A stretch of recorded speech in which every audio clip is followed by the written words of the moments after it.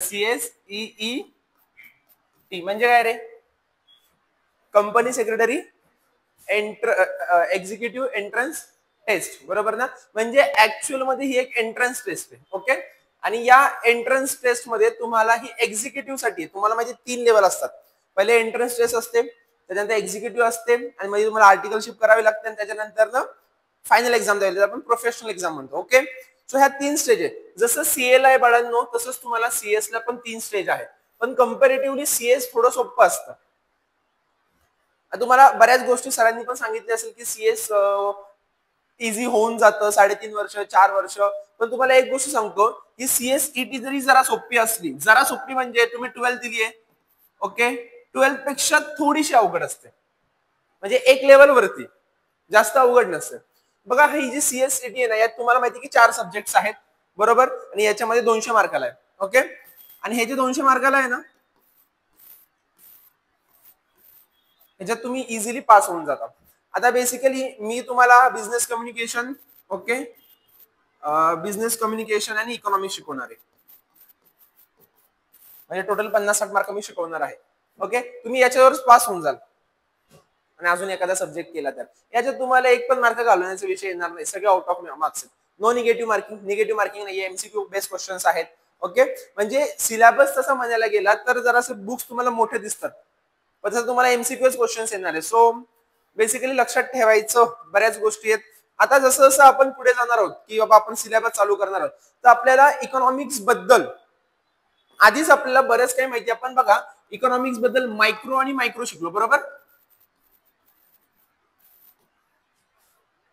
आता या मायक्रो मध्ये आपण कोणते कोणते चॅप्टर शिकलो सर? डिमांड शिकलो, बरोबर, सप्लाय शिकलो, मार्केट शिकलो, मार्केट फॉर्म्स ऑफ मार्केट शिकलो, याच्यामध्ये नॅशनल इन्कम शिकलो, पब्लिक फायनान्स शिकलो, ओके, बऱ्याच काही अजून. सो याच्या रिलेटेड तुम्हाला आता एमसीक्यू क्वेश्चन्स येणार आहे. हे तुम्ही थिअरॉटिकली लिहिलं, तुम्हाला एमसीक्यू क्वेश्चन्स येणार आहे. फार म्हणजे फार एवढे अवघड क्वेश्चन येत नाही. जसं की मी तुम्हाला एक क्वेश्चन सांगतो, ओके, जसं की आपल्याला 12th ला question, demand curve is downward from, 4 option आहे, downward from left to right, downward from right to left, upward from left to right, upward from right to left. Option 1 is correct. झाला, 1 mark मिळाला. हे basic प्रश्न आहे, एकदम basic प्रश्न. असाही प्रश्न तुम्हाला येतो. ओके, समजलंय. आता दुसरं, जर एमसीक्यू तुम्हाला अजून सांगायचे झाले की तुम्हाला सांगा direct demand is non as a which demand. Direct demand कोणाचा असतो? It is non as a consumer demand. कोणता डिमांड आहे? कंझ्युमरला डायरेक्ट डिमांड असतो की नाही, डायरेक्ट तो एंड कस्टमर कडून गुड्स घेतो. So it is non as a consumer demand. Indirect demand म्हणजे कोणता डिमांड आहे? इनडायरेक्ट ना, म्हणजे कोण आहे? प्रोड्युसर. प्रोड्युसरला काय पाहिजे? गुड्स पाहिजे की नाही? का गुड्स पाहिजे प्रोड्युसरला? कारण त्याला फिनिश प्रोडक्ट तयार करायचा आहे. समजतंय? म्हणजे हे छोटे छोटे प्रश्न आहेत. जसं जसं सिलेबस उरकणार आहे तसे तसे हे छोटे छोटे प्रश्न आपण बरोबर व्यवस्थित घेणार आहोत. कळालंय? येस. आता सिलेबस बघूयात आपण. तुम्हाला याच्याबद्दल बेसिक इन्फॉर्मेशन की सीएस काय असतं, तर ते तुम्हाला 1-2 मिनिटं सांगतो की बाबा सीएस नक्की माणूस करतो काय. तर तुम्हाला एसपी होतं, बरोबर ना, सेक्रेटरी प्रॅक्टिस हा सब्जेक्ट होता, ज्याला एसपी. ओके, याच्यामध्ये तुम्ही लेटर्स लिहिले, आठवते लेटर्स लिहिले होते, लेटर्स लिहायचे, आणि त्या लेटर्स मध्ये तुम्ही काय काय लिहायचे बघा, लक्षात घ्या. त्या लेटर्स मध्ये तुम्ही लिहायचे की अरे यार बोर्ड ऑफ डायरेक्टरला लेटर लिहायचे for AGM meeting, annual general meeting करायची, बरोबर. त्यासाठी बोर्ड ऑफ डायरेक्टरचे शेअर होल्डर्स असतील काय करायचे? लेटर्स लिहायचे की बाबा सांगायचंय. काय सांगणार आहे? की बाबा या तारखेला आपण मीटिंग ठेवलेली आहे, आणि खाली काय असतं? सीएस ची सिग्नेचर असते, बरोबर की नाही. सीएस सिग्नेचर करतो. या सीएस कडे, म्हणजे तुम्ही उद्या जाऊन जर सीएस झाला तर या सीएस कडे प्रोफेशनली एक ऑथॉरिटी असते की तुम्ही आपल्या देशातल्या जेवढ्या काही कॉर्पोरेट कंपनीज आहेत त्यांचं कल्चर आणि त्यांच्या बोर्ड ऑफ डायरेक्टर सोबत बोलून किंवा सीईओ सोबत बोलून त्यांच्या सोबतची एक पोझिशन तुम्हाला मिळते. म्हणजे कंपनीला तुम्ही लक्षात घ्या रिप्रेझेंट करत असता. तुमची ही जी एक सिग्नेचर आहे ना, सीएस ची सिग्नेचर, ही खूप महत्वाची आहे. तुम्ही जेव्हा सीएस होणार आहे, ह्या सिग्नेचरला फार व्हॅल्यू असणार आहे. तुमच्या हाताखाली बरेच लोक कामाला असतील. तुम्हाला म्हणजे स्टार्टिंगला तुम्ही पण लोकांच्या हाताखाली काम करणार, जेव्हा तुम्ही आर्टिकलशिप करणार किंवा स्टार्टिंगला जॉब करताय 2 वर्ष 3 वर्ष, पण त्याच्यानंतर तुमच्या हाती हे लेटर पण तुम्हाला बनवण्याची गरज नाही, फक्त साईन करायची गरज आहे. मी असे सीएस बघितले ते ह्या सायन्सचे एका सायन्सचे 25,000 रुपये घेतात. एका सायन्सच्या लोकांचा महिन्याचा पेमेंट असतो, तुम्ही एका सायन्सचे घेणार. पण हे कधी? हे लगेच उद्या नाही होणार. पहिले ते एक्झाम तुम्ही क्रॅक करणार, त्याच्यानंतर मग 5 वर्ष जेव्हा तुम्ही सीएस मध्ये प्रॉपर वर्क कराल त्याच्यानंतर तुमची ती पोझिशन तयार होणार आहे. म्हणजे कंपनीच्या सगळ्या कॉर्पोरेट अफेअर्स मध्ये किंवा कंपनीच्या सगळ्या लिगल अफेअर्स मध्ये सीएसचा सर्वात मोठा रोल असतो. याच्याच अपोजिटला सीए काय करतो? तो ऑडिटिंगचं काम करत असतो. कंपनीचे फायनान्शियल स्टेटमेंट चेक करणं, परत कंपनीचे बुक्स ऑफ अकाउंट व्यवस्थित आहे की नाही याच्याकडे ती ऑथॉरिटी आहे की चेक करणं, म्हणजे ऑडिटिंग करण्याचं काम कोण करतो? सीए करतो. सीए ऑब्व्हियसली थोडा मोठा आहे, आपण त्याला म्हणतो की एक्झाम पण अवघड आहे आणि त्याला स्कोप थोडासा जास्त आहे, पण सीएस काय म्हणजे सीएस काही कमी नाहीये. कारण सीएस मध्ये जर तुम्ही बघितलं तर सीएस मध्ये आपण एखाद्या कंपनीला रिप्रेझेंट म्हणजे कंपनीज ऍक्ट 2013 काय असतो, तुम्हाला लॉ माहिती पाहिजे. आता लॉ वेगवेगळ्या प्रकारचे आहेत, क्रिमिनल लॉ आहे, सिव्हिल लॉ आहे, वेगवेगळ्या प्रकारचे लॉज आहेत, कॉन्स्टिट्यूशन आहे. पण तुम्हाला कंपनी बद्दलचं लॉ माहिती पाहिजे. बाबा तुम्ही समजा एखादा क्लायंट आला आणि तो क्लायंट तुम्हाला काहीतरी बोलायला लागला, पण त्याच्या पाठीमागे काय लॉ आहे हे तुम्हाला समजलं पाहिजे. आणि जेव्हा तुम्हाला या गोष्टी समजतील, आणि हे बघा कसं असतं, कोणतंही प्रोफेशन जे प्रॅक्टिकल तुम्हाला येत असेल ना, बस हे नावाला तुम्हाला कोर्स आहे. मग तुम्हाला प्रॅक्टिकली त्या गोष्टी समजत असतील तर ते खूप छान. आजपासूनच काय करायचं ते तुम्हाला नोट्स मिळतील, बरोबर. तुमच्या सोबत काय काय ठेवायचंय, आज 3 जण आहे, तुझे 10 जण असतील, 12 जण असतील तरी हेच फॉलो करायचं. तुमच्या सोबत आता सवय लावून घ्या, तुम्हाला स्टिकी नोट्स कंपल्सरी पाहिजे. स्टिकी नोट्स पाहिजे आणि त्याच्यानंतर ना मार्कर पाहिजे, म्हणजे तो हायलायटर तो कंपल्सरी पाहिजे. बघा प्रॉब्लेम हा आहे की मुलांचं एमसीक्यू मध्ये मुलं जास्त फसतात कंपॅरेटिव्हली थेरॉटिकल पेपरमध्ये. थेरॉटिकल तुम्हाला माहिती लॉ ऑफ डिमांड आला लिहून टाका, जर 8 पैकी निदान 4 तर मिळतील काहीतरी लिहिल्यावर. पण एमसीक्यू ला गेलं की गेलं, हातात काहीच नाही. नाही सर बी पण वाटते ए पण वाटते, दोन्हीकडे करू, तू समजून घे, काय नाही चुकीचं, असं होणार नाहीये. त्यामुळे तुम्हाला बघा, समजा मी एक चॅप्टर शिकवलं, चॅप्टर मध्ये अशा रिडिंग करतोय, मला कळालं अरे हे महत्वाचं आहे, तू काय केलं याच्या रिलेटेड नोट्स बनवल्या, त्याच्या साईडला लिहिल्या, स्टिकी नोट तयार केला, स्टिकी नोट केला, हा हे सरांनी इम्पॉर्टंट सांगितलं, हा एमसीक्यू तुला एक्झामलाच पडला. मग तू काय केलं?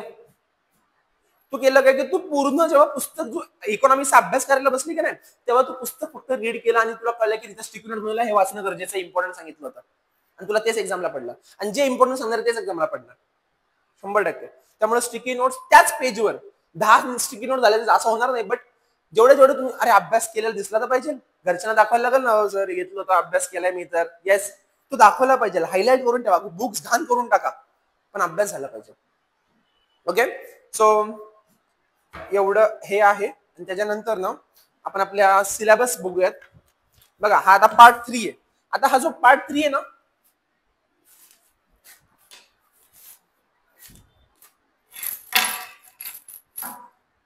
बघा हा जो पार्ट 3 आहे ना, इकॉनॉमिक्स अँड बिझनेस एन्व्हायरमेंट. आता याच्यामध्ये बऱ्याच काही बेसिक कॉन्सेप्ट आहेत, ऑन्ट्रप्रेनरशिप आहे, बिझनेस एन्व्हायरमेंट आहे. बघा आता तुम्हीच सांगा, theory of demand and supply त्याच्याबद्दल मी भरपूर सांगितलंय, बरोबर की नाही. मी परत व्यवस्थित आता जे तुम्हाला सांगितलं होतं ना त्याच्यापेक्षा ऍडव्हान्स लेवलवर सांगणार डिमांड अँड सप्लाय काय असतो. जे आम्हाला युजीसी नेट मध्ये म्हणजे जेव्हा आम्ही एक्झाम देतो प्रोफेसरची, तेव्हा त्यात हे प्रश्न रिलेटेड असतात. ओके, आपण एकदा सिलेबसचा ओव्हरव्ह्यू करूयात. सिलेबस तुम्हाला इकॉनॉमिक्सचा काय आहे, तर सिलेबसचा ओव्हरव्ह्यू करताना तुम्हाला लिहिले की टोटल मार्क्स आहेत, इथे लक्ष द्या बघा, टोटल 50 मार्क्स आहेत. ओके, आणि ह्या टोटल 50 मार्क्स पैकी जसे की पार्ट ए आहे, आणि आता बघा लक्षात घ्या, समजून घ्या, हा जो सिलेबस आहे ना, तर मी पार्ट 3 चा सांगितलाय. पार्ट 3 म्हणजे इकॉनॉमिक्सचा पार्ट 3 आहे. आता ह्या पार्ट 3 मध्ये पण सब पार्ट आहे. ओके, मी म्हणतोय पार्ट 3 चा अभ्यास करतोय. पार्ट 3 मध्ये 2 सब पार्ट आहे. ओके, सब पार्ट ए आणि सब पार्ट बी. ओके, हे 2 आहेत. समजतंय? क्लिअर आहे? आता समजून घ्या सब पार्ट ए. आता इकॉनॉमिक्स 20 मार्क्सला आहे. बघा इकॉनॉमिक्स जो आहे तो 25 मार्क्सला आहे, म्हणजे 25 एमसीक्यू तुम्हाला इकॉनॉमिक्स मधून येणार. ओके, आणि त्याच्यानंतर ना बिझनेस एन्व्हायरमेंट जे आहे, बिझनेस एन्व्हायरमेंट जे आहे जे तुम्हाला 25 मार्क्स आहे. आता हे बिझनेस एन्व्हायरमेंट म्हणजे काय, तर तुमचं ओसीएम आणि एसपीचं कॉम्बिनेशन. ओके, हे 25 मार्क्स किती झाले टोटल तुमचे झाले 50 मार्क्स. 50 मार्क्स किती झाले 50 मार्क्स. आता समजून घ्या, अजून एक सब्जेक्ट जो मी शिकवणार आहे ज्याला म्हणतो आपण करंट अफेअर्स. मला लय आवडतो हा सब्जेक्ट, जो तुम्हाला 25 मार्क्सला असणार आहे. 75 मार्क्स इथंच कव्हर झाले. करंट अफेअर्सचं फार मी असं सांगणार की रोज वाचून यायचं, एकदम सोपं आहे करंट अफेअर्स. झालंय काय करंट अफेअर्स म्हणजे आज काय झाली, आजची स्टोरी काय. मग तुम्हाला बेसिकली जर तुमचं जून मध्ये एक्झाम असेल ना, फेब्रुवारीचा एखादा प्रश्न पडलेला असेल, अरे न्यूज मध्ये, म्हणजे एवढ्या डीप मध्ये नाही, युपीएससी नाहीये की तुम्हाला तो प्रश्न आलाय, but it's related to IMF नी काय केलं, वर्ल्ड बँकनी काय केलं, हे तुम्हाला विचारलं जाईल. आणि हे फार म्हणजे फार तुम्हाला एकतर तुम्ही अभ्यास करायला लागला ना, तुम्ही स्वतः प्रश्न विचारला सर हे काय असतं. आणि तुम्ही आता 12th नाहीये, समजून घ्या, ही तुमची 12th नाहीये. त्यामुळे 12th नसल्यामुळे हे तुमचं प्रोफेशनल तुम्ही डिग्री करता, त्याला प्राऊड फील करा. जरी नाही केलं तरी आजपासूनच प्राऊड फील होते, सर मी CS करतोय. बाहेर सांगताना मी CS करतोय, लोकांचे रेप्युटेशन बदलते, अरे हा CS करतोय का. बघा ना, तुम्ही सांगितलं काय करतोय, आता तुम्ही ह्या डिग्री सांगितल्या ना, तुम्ही बाहेर गेला विचारलं काय करतोस, आता 12वी झालीये, CS चा अभ्यास करतोय. अरे CS चा अभ्यास करतोय तू, असं होतं. CS चा अभ्यास करतोय तू म्हणजे काहीतरी चांगलं वाटतं लोकांना, ठीक आहे काय निवड टाइमपास नाही, हुशार मुलगा दिसतोय. आता हे किती झाले, 25 मार्क्स, 50 मार्क्सचे करंट अफेअर्स आहेत तुम्हाला. त्याच्यानंतर ना आता आपण सिलेबसवर येऊया, जो की इकॉनॉमिक्सचा सिलेबस आहे. इकॉनॉमिक्सचा सिलेबस आहे, याच्यामध्ये बघा basic demand and supply and forms of market, एकच चॅप्टर आहे ज्याच्यामध्ये तिन्ही दिले.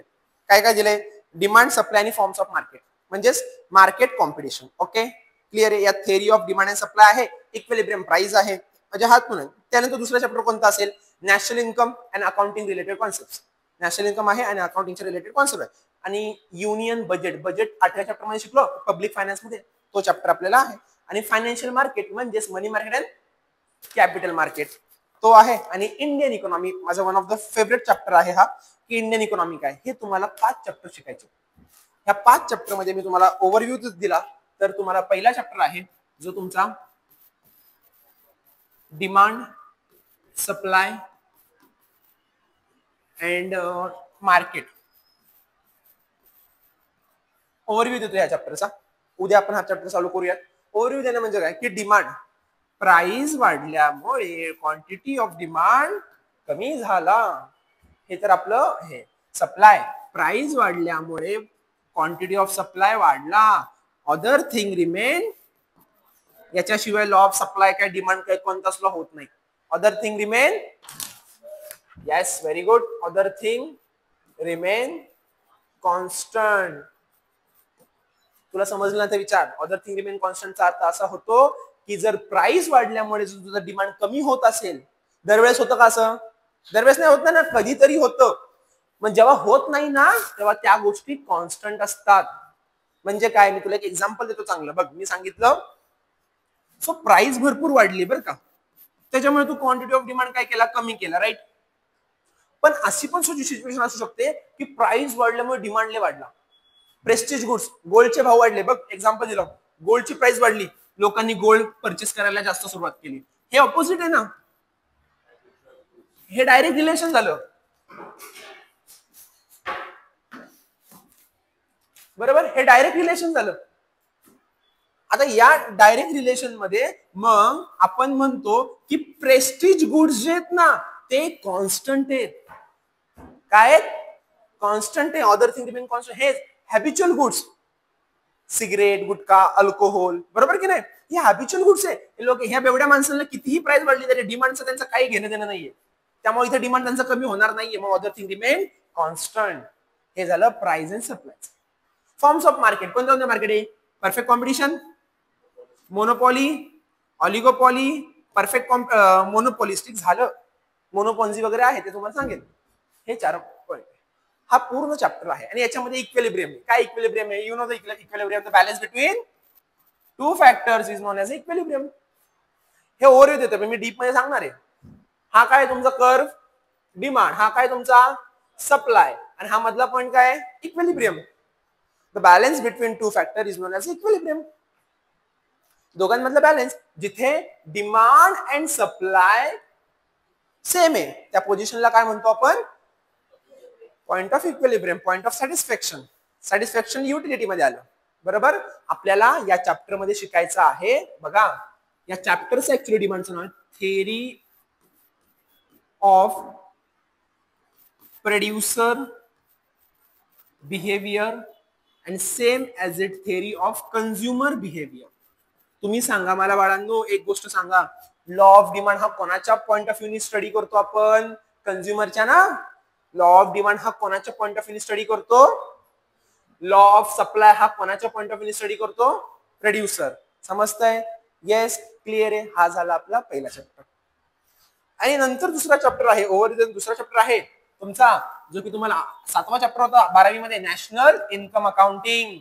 याच्यामध्ये 3 मेथड्स आहेत. त्या मेथड यावेळेस महत्वाच्या आहेत. एक्सपेंडिचर मेथड, इन्कम मेथड आणि आउटपुट मेथड. बरोबर? याला पण वेगवेगळं काहीतरी म्हणतात. प्रॅक्टिकल थेरिटिकल डिफिकल्टीज नाही, फक्त आता एमसीक्यू येणार. यात पण काय?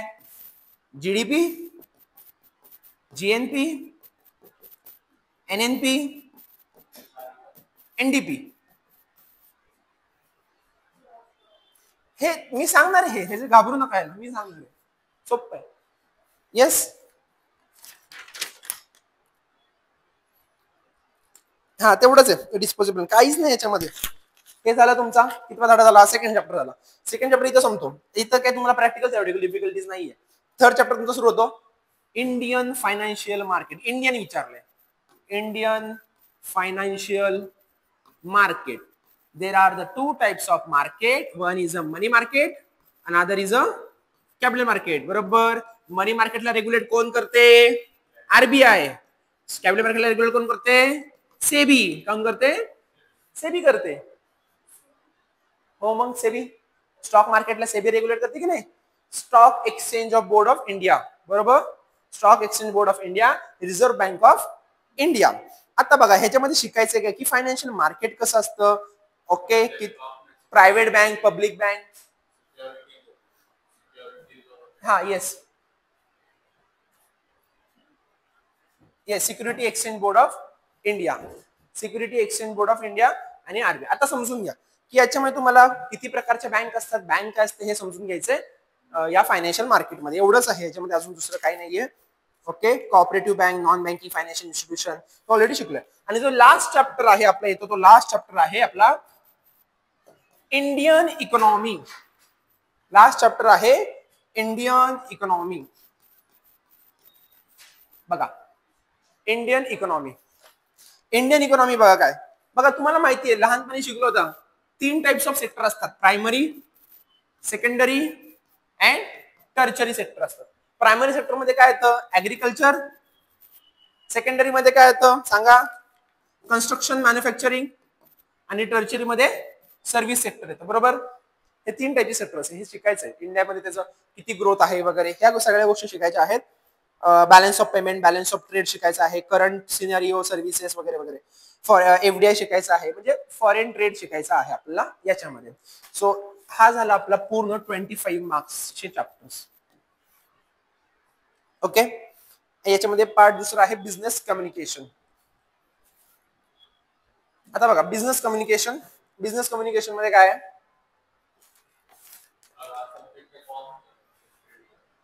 इकॉनॉमिक्स प्रत्येक फील्ड मध्ये, सीए मध्ये पण आहे. बिझनेस कम्युनिकेशन सीए ला नाहीये. सीए ला इकॉनॉमिक्स खूप वर्स्ट आहे, म्हणजे तुम्हाला खूप कमी आहे. 25 तिकडं 100 मार्काचं इकॉनॉमिक्स आहे, ज्याच्यामध्ये 400 मार्काचं असतं. पण त्यांच्यामध्ये असं पण आहे की पार्ट 2 आहेत इकॉनॉमिक्सचे. हे पूर्ण छोटे हे, ह्यापेक्षा डबल एक इकॉनॉमिक्सचा पार्ट 1 आहे आणि पार्ट बी, असं 2 आहेत सीए ला. ओके, मोठे मोठे. आता याच्यामध्ये तो सब पार्ट बी. बी मध्ये काय? पहिला आहे एंटरप्रेन्योरशिप सिनारिओ. आता entrepreneurship scenario chapter number 3 OCM. बरोबर? एंटरप्रेन्योरशिप काय असतं, इनिशिएटिव्ह किंवा नीड का गरजेची आहे. ओके, म्हणजे एंटरप्रेन्योर बद्दल आपल्याला ह्या चॅप्टर मध्ये शिकायचं आहे. पहिला 6 नंबरचा चॅप्टर आहे पार्ट बी मध्ये, एंटरप्रेन्योरशिप. ओके, त्याच्यानंतर आहे बिझनेस इन्व्हायरमेंट. ओसीएम मध्ये 7वा चॅप्टर काहीतरी आहे ना आपल्याला, 12th मध्ये होता बिझनेस इन्व्हायरमेंट. यु नो, नव्हता? ओसीएम मध्ये नव्हता बिझनेस इन्व्हायरमेंट? 11वीला होता. 11वीला होता बिझनेस इन्व्हायरमेंट. बिझनेसचं इन्व्हायरमेंट कसं पाहिजे? एक्सटर्नल, इंटरनल, म्हणजे पॉलिटिकल फॅक्टर्स बिझनेसवर मॅटर करतात का? करतात ना. देशामध्ये सत्ता चेंज झाली की मिलिनियर लोक पण चेंज होतात, ते सांगणार आहे मी तुम्हाला. पण पॉलिटिकल फॅक्टर सुद्धा मॅटर करतो आपल्या बिझनेसेसला. एक्सटर्नल फॅक्टर पण मॅटर करतो. जर आपल्या देशामध्ये जास्त दंगली होत असतील किंवा वातावरण खूप खराब असेल तर आपल्या बिझनेसला इम्पॅक्ट होतो त्याचा. पोल्युशन जास्त आहे, बिझनेसला इम्पॅक्ट होतो त्याचा. स्टँड ऑफ लिव्हिंग खराब आहे. सो हे सगळे सिनेरिओ मॅटर करतात. सोशल फॅक्टर्स पण मॅटर करतात. की गव्हर्नमेंट गव्हर्नमेंटचे इन्स्टिट्यूशन आहे, नीती आयोग, सेबी, त्याच्यानंतर आरबीआय वगैरे हे इन्स्टिट्यूशन बद्दल आपल्याला 7व्या चॅप्टर मध्ये स्टडी करायचंय. आणि फक्त हे 8 चॅप्टर तुम्हाला किती मार्काला आहेत? जवळजवळ 50 मार्काला आहेत. आणि हे 50 मार्क तुमचे मी सगळे कव्हर करणार आहे आणि हेच 50 मार्क तुम्हाला पास करणार आहे. कारण बाकीचे जे करंट अफेअर्स आणि हे current affairs 25 mark, current affairs पण खूप भारी आहे. लॉजिकल रिझनिंग ऍप्टिट्यूडचे जे मी टेक्निक्स तुम्हाला सांगणार आहे, कारण लॉजिकल रिझनिंग वगैरे हे प्रत्येक कॉम्पिटिटिव्ह एक्झामला आहे. कॉम्पिटिटिव्ह एक्झाम आणि बरंच झालं तुम्ही सीएस करताय, उद्या जर तुम्हाला बँकिंग करायचं असेल तर बँकिंगला जवळजवळ 50-60 मार्कला लॉजिकल रिझनिंग किंवा ऍप्टिट्यूड येतं. आणि तुम्ही टीचिंगची एक्झाम जरी तुम्ही जाऊन नेट वगैरे जरी दिली तरी तुम्हाला तिकडे लॉजिकल रिझनिंग येतच. कोणत्याही प्रकारच्या कॉम्पिटिटिव्ह एक्झामला लॉजिकल रिझनिंग म्हणजे काय किंवा ऍप्टिट्यूड म्हणजे काय, लॉजिकली विचार करायचा. लॉजिकली विचार करायचा. एखादा क्वेश्चन तुम्हाला दिला असेल, म्हणजे तुम्ही कधी असे काही गेम खेळता जिथे चेस खेळता, चेसमध्ये कोणता मूव्ह करायचा, लॉजिकली थिंकिंग व्यवस्थित, म्हणजे ती एक्झाम तुमचं चेक करते की तुमचं ब्रेन किती व्यवस्थित चालतंय, स्मार्ट किती आहात तुम्ही. मग लॉजिकल रिझनिंग हा स्मार्ट सब्जेक्ट आहे. त्याच्यामध्ये जे स्मार्ट असेल ना तो त्यात जास्त हुशार होईल. मग असता असं डोक्याला हात लावते आता मी स्मार्ट तर नाहीये, माझं काय म्हणजे असं नाही काय. म्हणजे त्या सब्जेक्टला पण टेक्निक समजले की सगळे स्मार्ट होतात. म्हणजे याच्यामध्ये थोडंसं मॅथमॅटिक्स येतं, थोडंसं एकदम बेसिक. मी तो एक्स्ट्रा लेवलचं मॅथ्स शिकला पण एकदम बेसिक मॅथ्स आहे त्यामध्ये. 8वी-9वीचं एलसीएम काढायला येतो ना, एलसीएम काढायचं असतं, फॅक्टरायझेशन वगैरे थोडंसं, जास्त पण नाही, एकदम ते बेसिक तुम्हाला त्याच्यामध्ये येतं. समजा मी हा सर्कल दिलाय बरोबर, या सर्कलमध्ये अजून एक सर्कल दिलाय बरोबर, हा इथे इंटरसेक्ट करतोय, हा इथे इंटरसेक्ट करतोय बरोबर. 10 माणसं आहेत, इथे एक माणसं, इथे एक माणसं आहे, इथे एक माणूस आहे, इथे एक माणूस आहे, 10 माणसं आहेत. तर एकाच सर्कलमध्ये किती माणसं आहेत किंवा असा काही प्रश्न त्याच्यावरून फ्रेम होतो तुम्हाला. आता बघा हा एक सर्कल झाला आणि हे बाहेर, हा आउटर झाला, हा झाला, पण याच्यामध्ये दोन लोक म्हणजे 2 सर्कल म्हणून एक सर्कल मध्ये तयार झालाय बघा. ओके, म्हणजे या टाइपचे लॉजिकल रिझनिंग मध्ये प्रश्न येतात. सर्कल्स असतात, तुम्हाला वेगवेगळे डायग्राम्स असतात किंवा असर्शन रिझन तुम्ही बघता की नाही. काही पण असेल तर सी करून टाका, कधी कधी म्हणतो मी, आठवत काहीच असेल तर सी ला उत्तर करून टाका. असर्शन रिझनिंग वगैरे येतं. ओके, सो बेसिकली हे आहे. अजून तुमचे डाऊट्स काय, कशाबद्दल काय डाऊट्स.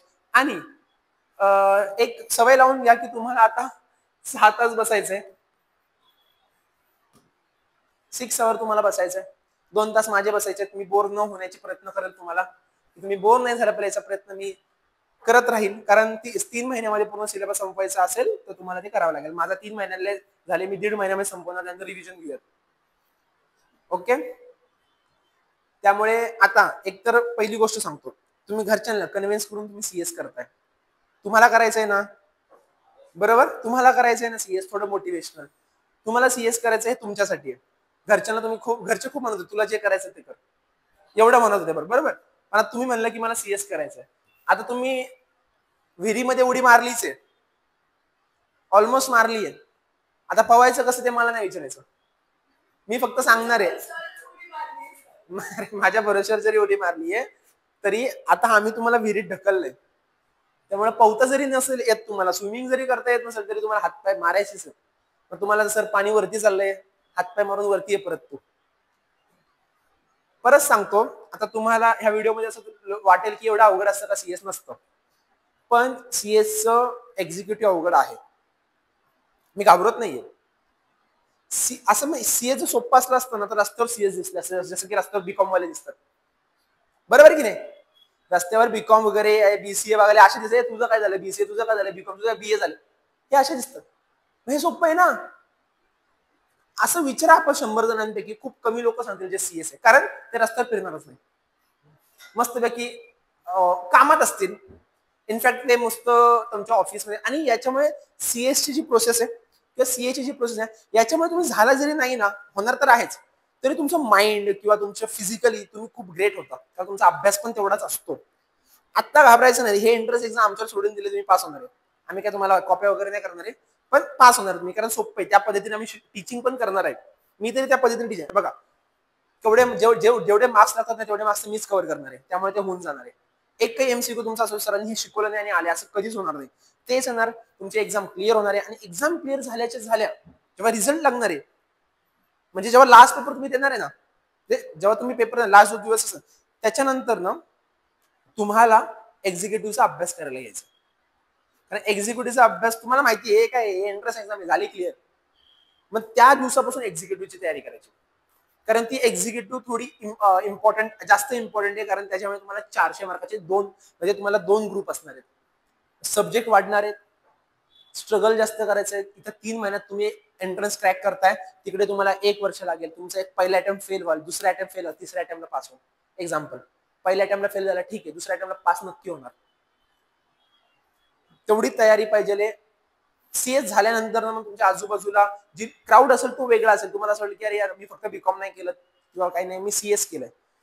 एक स्टार्टिंग सॅलरी तर वेगळी गोष्ट आहे. 60 आपण म्हणू शकतो की तुमचा पर हातामध्ये 40-50 हजार असतं स्टार्टिंगला. त्यामुळं रेप्युटेशन, पैसा आणि हे सगळंच तुम्हाला कोण देणार आहे, तुमची एक मेहनत देणार आहे. म्हणजे तुम्हाला थोडंसं स्ट्रगल करणं गरजेचं आहे बाळांनो, आणि जर तुम्ही स्ट्रगलच नाही केलं तर होणार नाही. ओके, सो तुमचे काय प्रश्न आहेत सीएस बद्दल? असा हा इंट्रोडक्शन लेक्चर होता. तुमचे काय प्रश्न असेल तर ते विचारा.